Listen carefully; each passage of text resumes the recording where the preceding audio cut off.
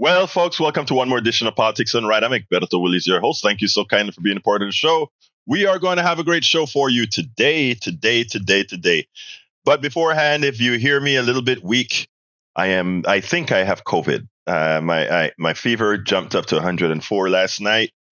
And I think that may have been the peak, because now with the medicines to cover it, like Dayquil and NyQuil, that seems to be doing some magic with the temperature. But I think I got it. The body feels like I got it. It feels the same way that it did before. And that lasted a whole couple days. Well, actually, it was one bad day the last time. And then the other days progressively got better. We'll see what happens here. So if you see me a little bit out, you know why. Anyway. Let's see. Welcome aboard, Eric Hayes. Welcome aboard, Paul Fleming. Welcome aboard, Melanie Keelan. Welcome aboard, Michael Rudnin. Welcome aboard, Paul Fleming.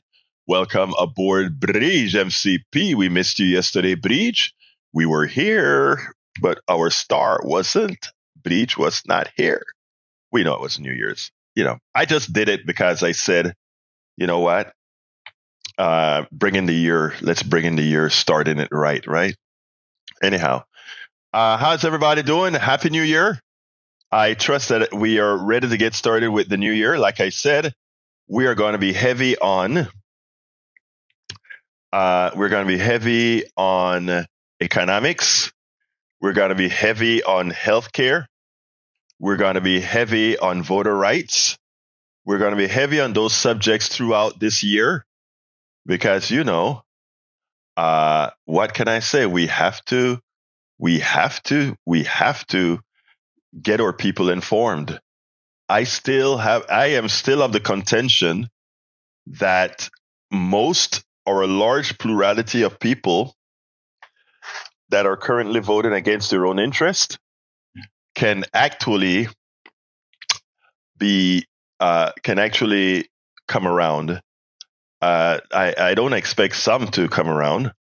There's a certain fix in some people's psyche that doesn't allow facts to make a difference when it comes to their own ideology.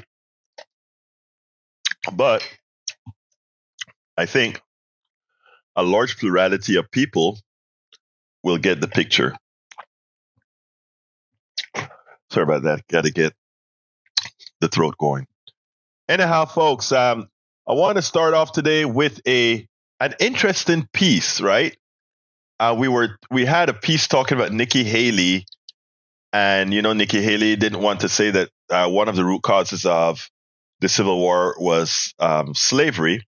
And earlier today, we had a good point of view from one of my engineers, Howard Reynolds, that I understood exactly what he was saying. What he was saying was correct, but it's a bit deeper than that. But anyway, let me go ahead and play this piece, and then we'll take it on the other side. Every so often, we get a chuckle, even on serious issues on these Sunday morning programs. Today, CNN Dana Bash on State of the Union, they're doing the interview as far as they have the panel where they're discussing Nikki Haley's inability to tell America what the Civil War was really about. We all know it was about slavery, of course, but she didn't. She made a fool of herself in several venues. Well, they're discussing it, and a pundit, a Black Democratic pundit, Karen Finney, is going to decide to tell her piece. And it's always good to use a personal story to show how inept a politician is, or to show how wrong they are. I want you to listen to this piece from Karen Finney, because she had everybody in shock. And I don't think I've ever heard Dana Bash this shocked. Listen to this, and then we'll take it on the other side. I should have said slavery. Well, here's the problem. It wasn't a good answer the first time around. I think it shows a vulnerability when we talk about her as being overly prepped for her. Like now she's getting it right because she's got the piece of paper that says what to say. That was the first indication to me, at least, that in a general election, she would have a lot of trouble because you get a lot of questions that you can't always predict. But the other thing that struck me is clearly this is the tension in the Republican primary around this issue and how to talk about slavery is very different than on the Democratic side, right? And the fact that she got attacked, but then they defended Donald Trump. They kind of defended DeSantis. He didn't really get a lot of heat from within on that. And it just shows, as someone who is a descendant of Robert E. Lee and grew up hearing about the War of Northern Aggression and the lie of the Confederacy, her answer, the other problem with it is it sounded exactly like what I heard from my grandmother who was trying to convince me. Who is a descendant of Robert E. Lee? Me. What? He is my great-great-great-great-grandfather on my mom's side. Did you know that? Wow. What? Yeah. That's incredible. How are you? But one of the things that's so frustrating to me as someone who has been a fan of Nikki Haley for quite some time is that she actually has a great answer to that question. I mean, in the last Republican debate, she picked Lincoln. Dana Bash said, what? First says, who's a descendant of Confederate Robert E. Lee? I am, Karen Finney says, a Black Democrat. And Dana Bash was, what? Complete shock. And it was kind of cute because in that one phrase, there's this encapsulation of what slavery, abuse, rape, and all that kind of stuff was in just Karen Finney making that statement that shocked the entire panel. But you know what? It's a learning experience that all Americans would have heard in that one 20-second segment or so. What gives? Amazing, isn't it? That one statement does say a lot. If Karen Finney is a descendant of Robert E. Lee, that means that Confederate slave owner used to abuse his women. There's women slaves. And, we like to think of these guys as respectable. These guys are respectable men. They do the right thing. And, the honor of the Southern honor and all that kind of BS. Turns out, not quite. Not quite. Anyhow, let's see. Paul Fleming says Trump pretends that he's being persecuted, claiming that anyone who crosses him is vermin. Praises insurrectionists as patriots and promising to pardon them. A GOP that refuses to condemn any of this. This is a deadly recipe for violence. Yes, it is. And he knows what he's doing. Let's see what else. I can't, I'm not going to go into, I don't have any faith in our healthcare system. Linda went in for a biopsy, folks, and the bill came. A kidney biopsy, 3 injections in her back to get samples. If she has lupus today, do a check on that. And guess what the bill was, folks?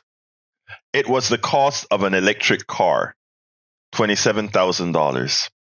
Just think about that. And whenever you start thinking about welfare, think about who's really on welfare, the corporations or those people who get pennies every now, here and there. Lee Grant is in the house. Welcome, Lee Grant. We also have Carl Cox says that this year, if all goes well, he will be graduating, and I have faith that all is going to go well, and Brother Cox will be graduating. Brother Cox, we have faith in you, brother. We've got faith in you. You will do it. All right, Paul Fleming says former Texas Representative Annie Bernice Johnson, a trailblazing Black Democrat, is who served in Congress for 30 years. She died on Sunday. I heard that. Yes, she did. I knew her. In fact, I have a picture that I did with her while we were doing some things on abortion rights in Houston a few years ago. Yvette Avery Herod is in the house. How you doing, Yvette? Great to see you. Huskies need to win national championship. Well, I don't care who wins anymore because you know what? Texas lost. That touchdown at the end could have been, I mean, that one pass at the end could have worked miracles. But hey, they didn't call the interference, so we lost. What can I say? Lee Grant says Nikki didn't grovel enough for leftists. She took the Confederate battle flag off the South Carolina state for Christ's sakes. Yes, she did. Yes, she did. And I give her kudos and credit for that. But I think also I understand why people give her that trick question, because they know that a lot of Southerners don't like the idea of equating Civil War with slavery. They don't. I have some stories about the South versus the North. Look, the South is no more racist than the North. Okay, let's just get that. But we'll talk about that some other time. So I mean, anyway, we'll talk about it some other time. Eric Hayes says, interesting, a judge orders a win form to be removed. You put that one in yesterday. Or what's your point, sir? Michael Rodden says, Lee Grant wants to argue that secession over slavery wasn't the primary driver of the Civil War. Well, it was one of the primary reasons. In fact, absent the slavery issue, there likely would have been no Civil War. Let's see. Bree says Nikki took down the Confederate flag and a statue. She knows what the Civil War was about. She sure does. British MCP says, wait, you had to pay that Egberto Willis? I am not going to pay that. No, that's what they bill the insurance company. And then the insurance company says that the hospital says, well, insurance company paid the $24,000. Now you guys owe me $3,600, to which I'm going to call them and I will tell them, are you nuts? I am not paying a penny of this $3,000. You don't eat that, I'm going to the press. Yes, that's exactly what I'm saying there. $27,000 for a biopsy. It's crazy. Carl Cox, Egberto, I'm going to give them an opportunity to make good. And then I'm going to be printing all this crap out to show the theft that goes on in our healthcare system. Amazing. Eric K says, Vivek put Nikki in a new place. Really? All right. Michael says the primary cause of the Civil War isn't a trick question. It's a challenge to a regional myth. Okay. I'll take that. I've been taking a lot of stuff on both sides, because like I said, the Civil War was a long time ago. Anyway. Good afternoon, Maywood. Great to see you here. All right. Earlier on, I had a piece that I did on, and folks, I feel terrible, so bear with me. I had a piece that I did at KPFT this morning that I want to play. It's about Biden and some of the progressive policies, etc. So let's go ahead and play that. I need to give my voice a little rest here, and then we'll take it on the other side.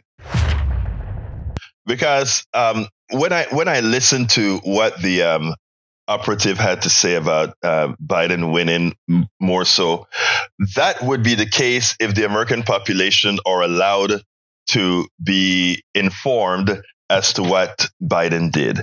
And of course, one of the issues right now is that they are pretty darn uninformed as far as what Biden has accomplished. Now, I want to split things up here. Biden is not a progressive. Okay. Guys like myself, we are progressives. We believe in a lot better policies for economic and social change in this country. Biden is not there. But Biden did take the advice of many of the progressive wing of his party, of the Democratic Party, and he did something that was a hell of an experiment that proved to be successful. And I want people to understand really what Biden did. Okay, first of all, there are structural issues in our economy. Our economy is an economy that transfers wealth from the average American citizen to a minute few at the top. That's the design of our economic system. You go to the doctor and they perform procedures on you. The procedures are nowhere commensurate with the value that you received. And that money doesn't go to the doctor. That money doesn't go anywhere else but to the few who are the shareholders and the executives. Now, some doctors may be shareholders, etc., so they may benefit. But the design of our economic system, the capitalist design and its implementation of our economic system, and this over these next few months, we're going to hammer this with examples to prove the point. This system wasn't designed for the middle class. This system wasn't designed for the poor. This system was designed to enrich the few on the backs of the many. And if in the process of doing that, we get a somewhat of a middle class, so be it. But it's not designed to do that. The mere fact that the people that make the most in this country are the ones who do the least amount of work should be probative. So let's get that out of the way. And Biden didn't change that. Biden couldn't change that. That's a structural defect in our economy. But here's the thing. What Biden did is Keynesian economics says the following. Keynesian economics is what, for the longest period of time, we were running on that said the following. Whenever we hit recessionary periods, in other words, when people are not spending, when the economy starts to shrink, there is only one entity that's capable of propping that economy up. And that is the entity who can print money. Who is that? Our government, right? So, in effect, if our government goes ahead and gives tax breaks and gives stipends, etc., when the economy is down, it actually throws economic activity to prime the economy. That's like having a pump in your pool. You have to put some water in the olden days. You had to put some water in it to prime it to get started. And then as it gets started, you don't need the primer anymore. That's what Keynesian economics is all about. But the Laffer curve and all these guys who believe in supply side economics, they don't want that. They simply believe that the people at top decide what we need to have, etc. That's how it works. All right. So we get that out of the way. So there are structural defects in our economic system that Biden never attempted to solve. No president, Obama, did not attempt to solve.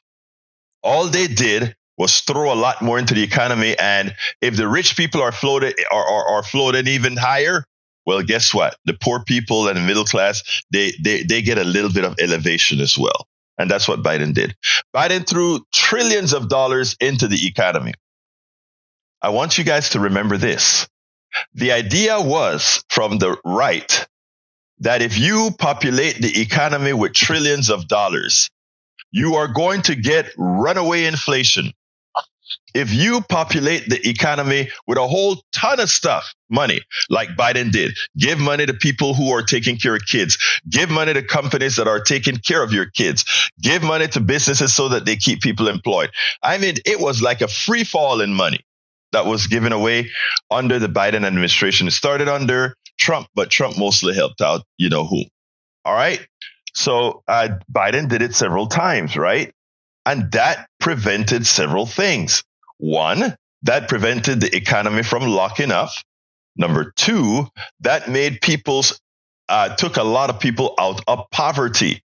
As soon as that was gone, people dropped right back into poverty. But it took a lot of people out of poverty. And what it proved is that poverty is the economic choice of any particular political system. The mere fact that Biden could inflate the economy such that the poverty rate, starving children, was reduced, proved that government can make a difference. But let's go a little bit further.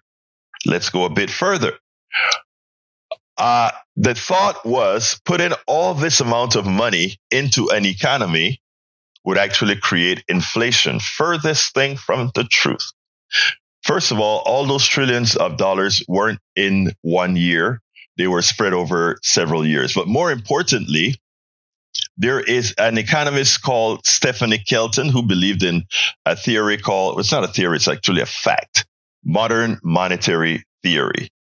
And what it says, in effect, or one of the tenets, is that our economic system has a slack in it, which means we could print quite a few billions. I think at the time that Stephanie did her paper was $800 billion we could just print and throw it into the economy. And it wouldn't have created inflation because there are enough people manufacturing goods and services that extra amount of money into the economy would not cause any substantial rise in prices. And Biden proved Stephanie Kelton's theory. You're not going to hear Wall Street talking about this. Wall Street will say nothing about this. And you know why? Because if they get into the people's psyche that government can make a difference, if people start to believe that government can make a difference, the theories on the right that government is the problem goes away. But we prove government is and should be the solution of many things, not to knock the private sector, but government should be a part of the solution. Anyway, folks, give me a call, 713-526-5738. Again, that number is 71. And by the way, we're live today, 713-526-5738. 713-526-5738. If you want to discuss this, if you want to talk about this, I think the phones are working. So 713-526-5738. Would love to hear from you. Would love to hear your New Year's message. Would love to hear what you have to say. Una vez más lo voy a repetir. I'll repeat it one more time. 713-526-5738. Hit extension 2 and you will be placed on air right away. Or, so again, that is 713-526-5738. Where are my people calling in? Where are the women calling in? Where are the men calling in? 713-526-5738. I don't want to move on to the other subject until I kind of digest this one. If people want to comment on this particular subject, I'd like to hear your voice. I'd like to hear your thoughts on this because it's very important, especially going into this election. We have to make sure and be educated because you're going to hear a lot of crap. You will be hearing a lot of crap out of not only politicians, but out of think tanks that are trying to mislead you into voting against your own interests to maintain the status quo where we take all of your work, all of your worth into the folks that are undeserving. And when I say folks that are undeserving, that is exactly what I mean. That is exactly what we mean, folks that are undeserving. Anyway, Michael Rodden says, Eric, when Trump goes to prison over any number of the 91 charges and counting, he faces across 4 jurisdictions. If Vivat gets the Republican nomination, your red team is going to lose in a landslide. Far as I can tell, only Chris Christie has a chance of challenging Biden in the 2024 election. But Christie is running not to win, but to put Trump in his place. I think he would want to win, though. Let's see.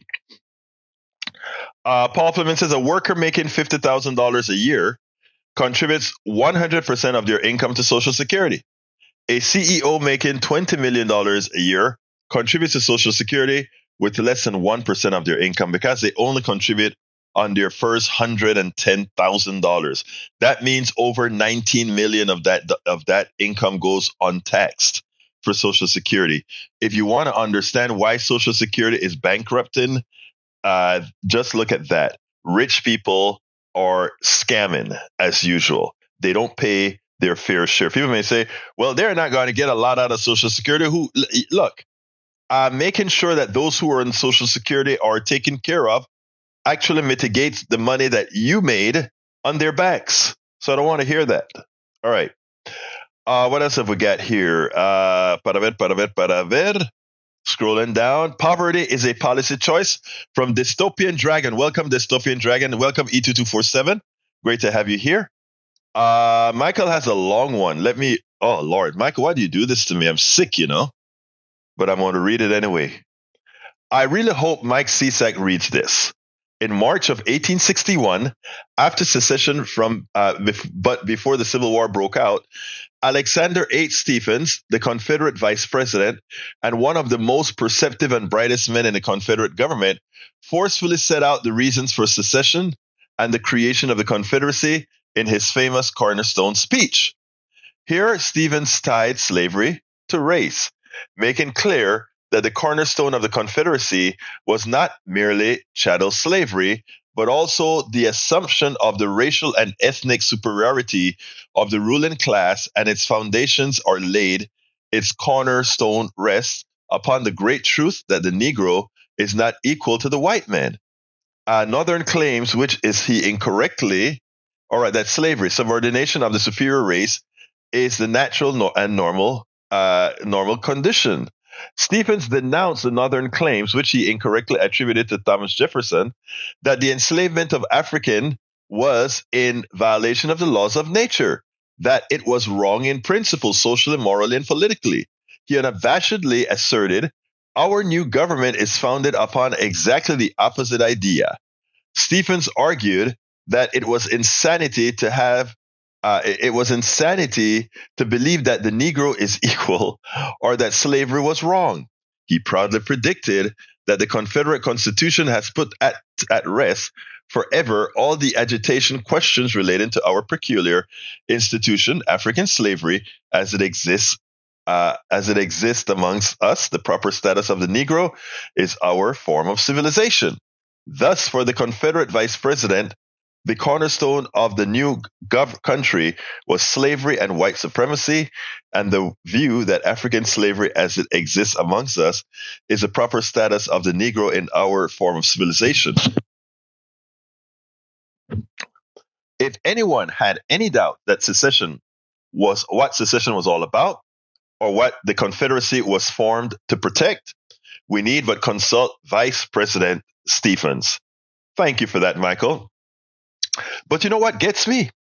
The fact that there are people who believe that just from the pigmentation of one's skin, it makes you somehow superior. Well, I mean, all you have to do is go outside and see people, and that fallacy is exposed rather quickly. Paul Fleming says, how we beat back the corporate takeover of America? 1, break up corporate monopolists. 2, continue building union power. 3, end citizens united and get big money out of politics. Let's keep working to unrig the system. And part of that is in my book, How to Make America Utopia, Take Away the Economy from Those Who Rigged It. So we are in the same thing, my dear brother, Paul Fleming. All right, let's see.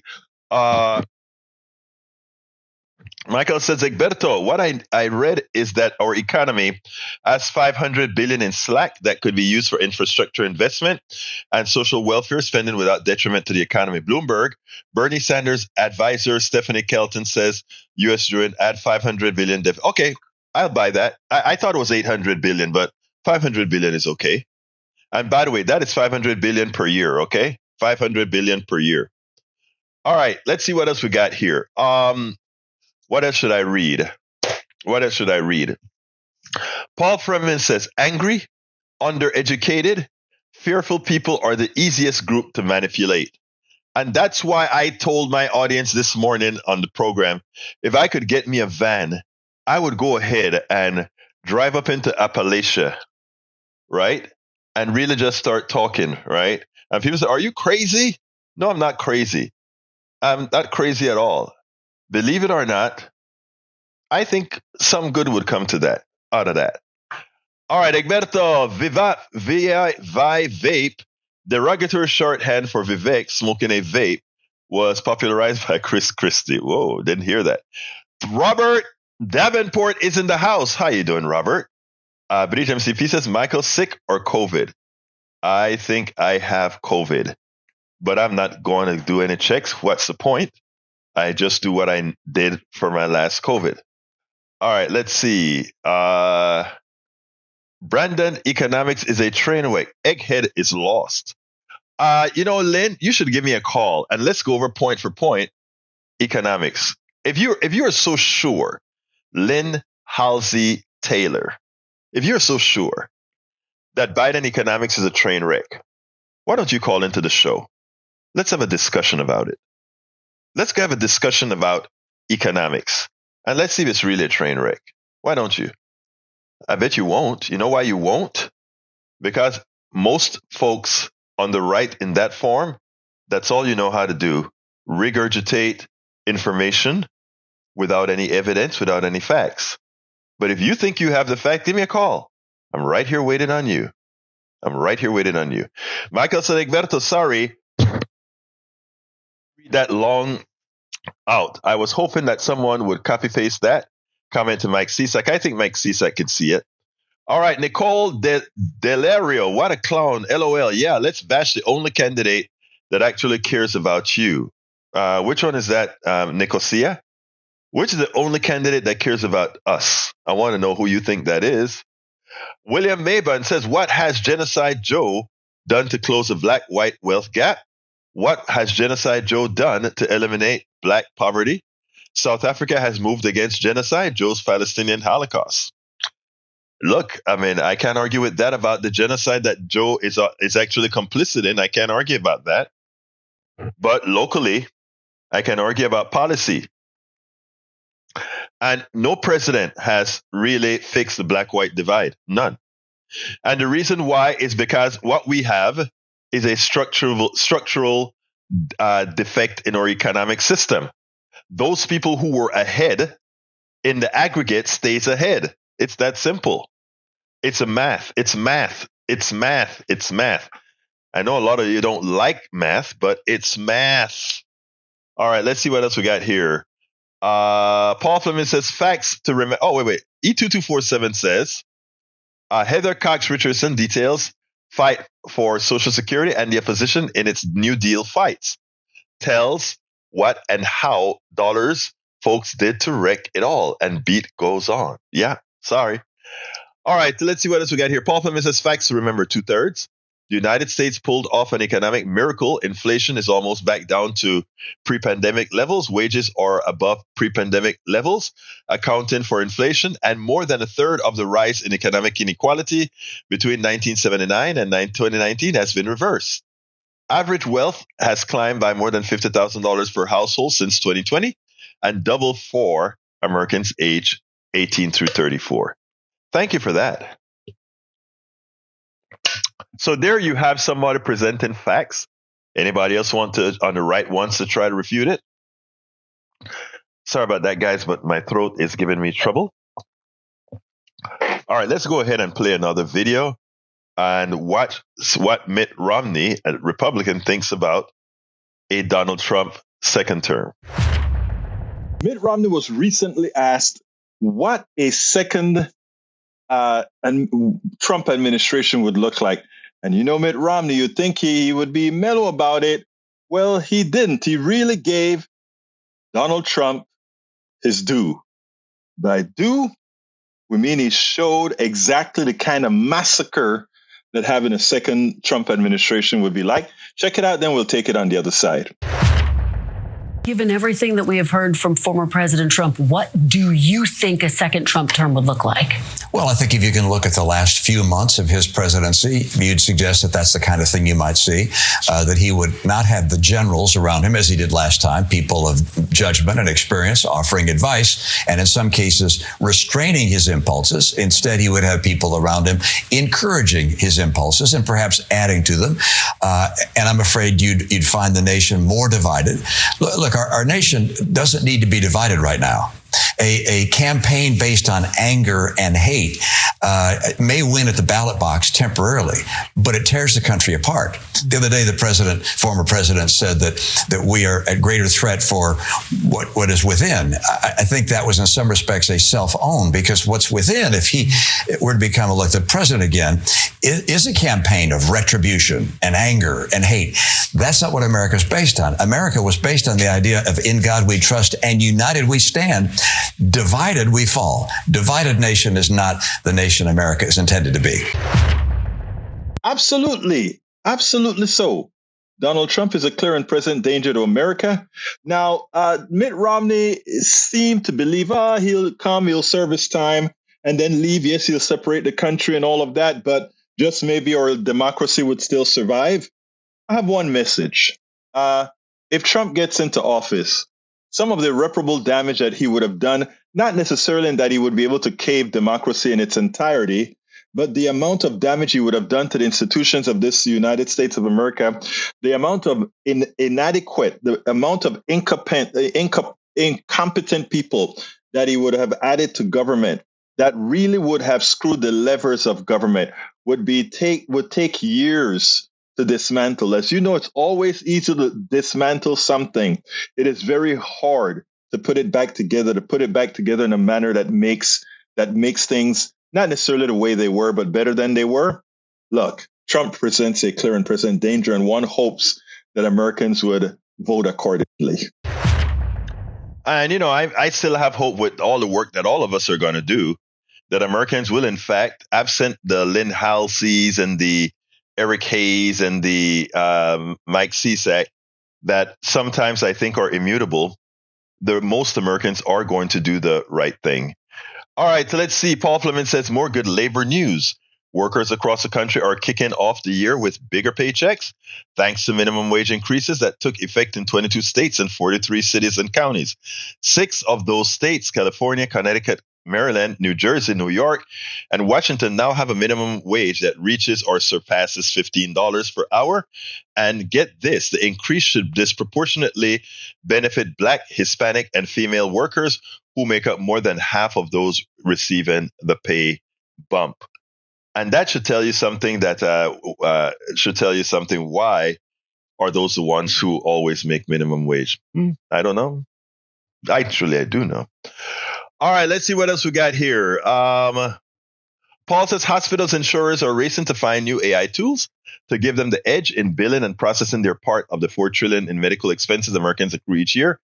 Billions of dollars are at stake, including for the government, which handles millions of Medicare and Medicaid claims every year. And I tell you what, that is shameful that they're going to use AI not to benefit the patient. They're going to use AI to benefit the corporations, of course. Oh, that's right. Find a way to extract more money from people. Okay, what else have we got here? British says even electric was invented using a candle. We will get here, Eric. That's funny.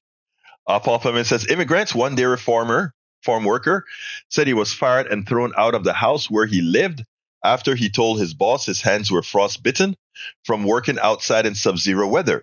Another said his supervisor took nearly an hour to call an ambulance after he was crushed by a gate and left lying on manure-covered barn floor. A third said her boss blamed her and refused to pay medical bills after she was trampled by a bull. Once you are no good to them, they get rid of you. Again, that is the extreme, right? But every employee today, that is their fate. It's not that extreme. But that is the difference between employee and slave. A slave has to be taken care of, right? It's property. An employee, when you're no use to them anymore, ta-ta, bye-bye. These are things that Americans have got to learn. Really, we've got to learn these things. All right, keep on putting things in there. I don't have any more videos, and let's say, Egberto, minimum wage means nothing if not getting enough work hours. I don't know what the point is. I mean, if you're not getting enough work hours at one place, you go somewhere else, or you take 2 jobs. But the thing about it is both of these jobs are not going to be paying more. And that's what's been happening. A lot of people have 3-4 jobs. And what they do is now they automatically got a raise. Even if they're working 40 hours a week at McDonald's and now they cut it to 30, they get another job working another 20 hours at another place. And guess what happens? They make more money. Again, the arguments that people make for not having a minimum wage, it just astounds me. It astounds me. But hey, I guess some people simply don't have a heart. All right, let's go to the last subject of what we are supposed to talk about today. And I'm going to put that up on the screen in a minute. Bear with me 1 second. I am going to go to that article right this minute because this article should piss off everybody. All right, I'm going to put it on the screen. I don't see it blinking today. So let's go ahead and put it on the screen. Fossil fuel giants to lavish shareholders with record paydays as climate crisis deepens. The global energy crisis has been a giant cash grab for fossil fuel firms, said one campaigner. And instead of investing their record profits in clean energy, these companies are doubling down on oil, gas, and shareholder payouts. The year 2023 was marked by weather events that made it increasingly clear that Earth has entered what United Nations Secretary General Antonio Guterres called the era of global boiling, with wildfires and prolonged heat waves impacting millions of people, and scientists confirming their suffering was the direct result of fossil fuel extraction and planetary heating. But the world's 5 largest oil giants, the year marked record profits on the approval of several major new fossil fuel projects, allowing the companies to lavish their shareholders with payouts that are expected to exceed $100 billion, signaling that executives have little anxiety that demand for their products will fall. I want to stop there. I want you all to remember when you saw gas prices at $5 a gallon, $6 a gallon, in California, $7, $8 a gallon. And everybody wanted to blame Biden, as if that Biden had control over that. The little control he had was to put more oil on the market from the reserve. But here's a kicker, people. There was never an oil shortage. This is what I think the American government should charge the oil companies with RICO. Racketeering. Oil companies should be charged with racketeering. They chose to purposefully limit oil supplies, to raise the prices, and you paid that to enrich that few. But not only did you pay that, folks, it's deeper. All the people that all the products that were dependent on energy, on oil, those things went all the way up in pricing, right? So the inflation that you saw in 2023, the inflation that you saw in 2022 wasn't real. It was manufactured by corporations. Stop blaming government. Instead, empower government to apply RICO onto these guys. Racketeering charges, playing with the markets. That is what we need to do. But continuing, we can go ahead and say, the companies BP, Shell, Chevron, ExxonMobil, and Total Energies spent $104 billion on shareholder payouts in 2022 and are expected to reward investors even more in buybacks and dividends for 2023. Shell announced plans in November to pay investors at least $23 billion, more than 6 times the amount it planned to spend on renewable energy projects. Hear that? They're going to give away in profits $23 billion, more than 6 times the amount that they are investing in renewables. Does that tell you something? They don't give a damn. Shell announced plans in November to pay investors at least $23 billion, while BP promised shareholders a 10% raise in dividends, and Chevron could exceed the $75 billion stock buyback it announced early last year. When I tell you that our economic system is not designed for you, it is designed to move money to the top. William Maben, let me teach you a little bit of economics here, brother. You said, and the reason I'm answering this, because people need to understand this. No, sir, you're wrong. Biden's war on Russia took a lot of oil off the market. That's a lie. Russia oil never came off of the market, ever. I'll explain that after I answer this call. All right, who do I have the honor of speaking with right now? Hi, Mr. Willies. It's Al Ortiz from the office of Marilyn Birch, the district clerk. How are you? I am fine, but right now you're calling our live radio show. So are you calling about this, or are we calling about? No, Mr. Willies. I just wanted to touch base on. We will talk offline about about doing what we need to do. Okay. Gotcha. I apologize. I wasn't aware that I was not at all. Not at all, my friend. Have a good one. Thank you. All right. Happy New Year. Happy New Year. All right. Anyway, folks, let's continue here. I want to address, because what William Maben says is important because he's following the right-wing crap. Let's remember this. When we put sanctions on Russian oil, what it meant is that India and China bought Russian oil at a discount, which left more oil on the market for others to use because India and China was not buying the oil from the other sources that they would have had to buy the oil from. And therefore, the prices should have gone down. The Russian war should have dropped oil prices. And by the way, it subsequently did. Look at your prices for gas right now. So it is a lie that the right has told, and for the gullible to believe that somehow Russia stopped selling its oil. Russia's oil was never off of the market. India told Biden, look, I am doing what's best for the interests of India. And if I need to buy Indian oil at a discount, that is exactly what I'm going to do. And that's what he did. Modi bought Russian oil at a discount, and so did Xi Jinping buy Russian oil at a discount. So, William, you are simply completely wrong. Okay, continuing. Robert Davenport says, as a business owner, when I raise the price for services, we supply the government in Washington, D.C. has nothing to do with it. Understand what you're talking about instead of just repeating stuff. Thank you, Robert. You are such a smart person. All right, the squad, AOC and the Hope of Political Revolution. Yeah, Ryan Grimm. I interviewed Ryan Grimm about his book a couple of weeks ago. What else have we got here? Come in, scrolling down. Carl Cox says Biden is not responsible for big oil not drilling on their sites. It's amazing, right? Let's say, remember the pipeline Russia had that was blown up? The pipeline supplied Europe oil. Again, you're wrong. That pipeline supplied Europe with natural gas. But let's go a bit further. What that did is it opened American supply of gas to Europe.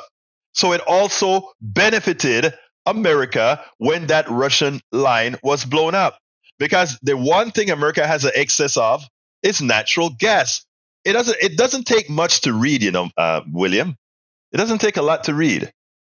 It's not at all hard to read.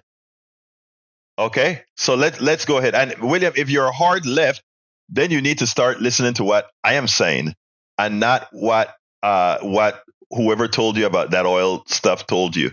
All right? Because you're simply wrong, my brother. All right. Let's see what else we got here. Paravent. Any questions? Regional war looms in the US, UK, weaponry in Israel control. Joss the thumb, Gottheimer. Gottheimer gets on my nerves. I hear you. All right, let me continue with the article, and then we'll get close to the end of the show. Shell announced plans to. I read that already. Alice Harrison, a campaigner for Global Witness, noted that fossil fuel shareholders will be enjoying their payday as households across Europe struggle with fuel poverty, and the world faces a rising threat of climate disaster. I want you to understand that.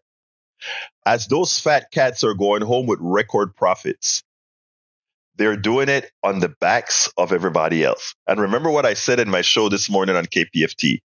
And this is very important. Our economic system was designed to take money away from the masses and concentrate it into the hands of the few. And let's give one example with the stock market. People's income, if you have a passbook saving or whatever, you may grow at 1%, 2%. The economy in the aggregate may grow between 2 and 3% on average. But the economy for those stock investors and investors in other products, etc., their personal economy, their investments grow at 7, 12, 20%. It's all one big pie. And if somebody is taking out more of that pie, guess who's paying for it? You are. Let's see. Sir, most of the oil and gas Europe is using is coming from Canada. Yes, and the United States. Again, you can look this stuff up, William. Look it up. We just started selling natural gas to Europe after that thing blew up. Okay? All right, let's continue. What else is going here? Sorry about that. I feel terrible. In 2023, campaigners intensified their demands and accountability for oil and gas and coal industries, and as of last month, had successfully pressured more than 1,600 universities, pension funds, and other institutions to divest from fossil fuel. And that is where it has to go.